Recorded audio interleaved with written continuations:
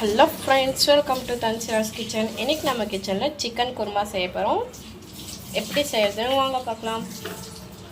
இதுக்கு ஒரு குக்கரில் தேவையான அளவு ஆயில் ஆட் பண்ணிக்கிறேன். 2 வெங்காயம் நறுக்கி வச்சுருக்கேன், அதை ஆட் பண்ணிக்கிறேன்.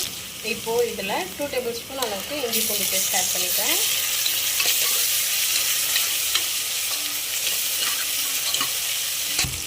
இஞ்சி பூண்டு பேஸ்ட்டோட பச்சை வாசனை போகிற வரைக்கும் நல்லா வதக்கிக்கோங்க.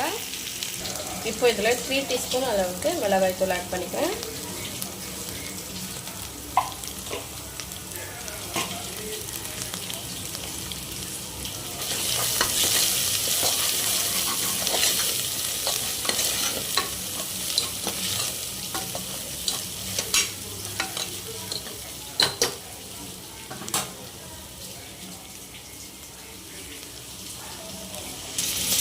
இதில் கட் பண்ணி வச்சுருக்கேன் உருளைக்கிழங்கு ஆட் பண்ணிக்கிறேன்.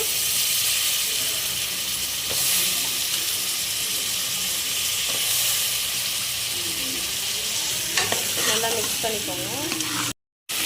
தனியாத்தூள் 3 டீஸ்பூன் அளவுக்கு ஆட் பண்ணிக்கிறேன்.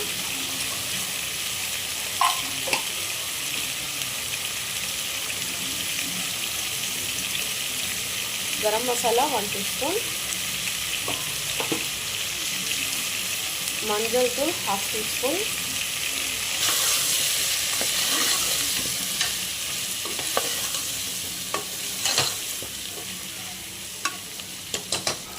இப்போ 1/2 kg அளவுக்கு தக்காளி பேஸ்ட்டாக அரைச்சி வச்சுருக்கேன். இந்த பேஸ்ட் ஆட் பண்ணிக்கிறேன்.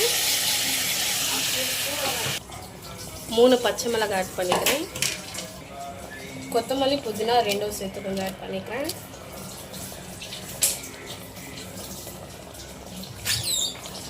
தேவையான அளவு உப்பு. இப்போ 1 kg அளவுக்கு வாஷ் பண்ணி வச்சுருக்க சிக்கன் ஆட் பண்ணிக்கிறேன். இப்போது இதில் 1 டம்ளர் அளவுக்கு தண்ணி ஆட் பண்ணிக்கிறேன். இப்போ ஒரு விசிலுக்கு மூடி வச்சிடலாம். இப்போ ஒரு விசில் வந்துடுச்சு, ஓப்பன் பண்ணி பார்த்துடலாம்.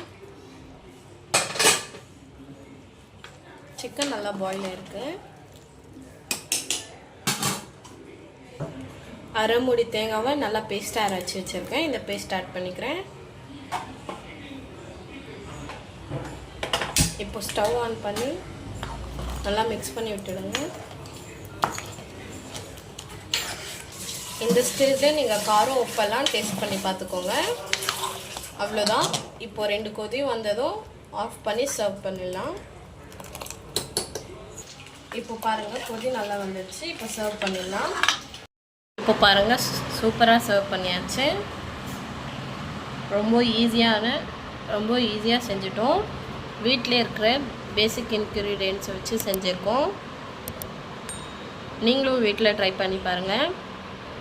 நார்மலாக செய்கிற குருமாவை விட இது ரொம்ப நல்லாயிருக்கும்.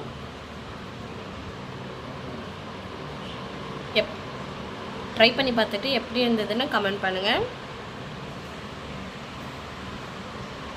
பிடிச்சிருந்தால் லைக் பண்ணுங்கள், ஷேர் பண்ணுங்கள், கமெண்ட் பண்ணுங்கள். மறக்காமல் சப்ஸ்கிரைபும் பண்ணிவிடுங்க.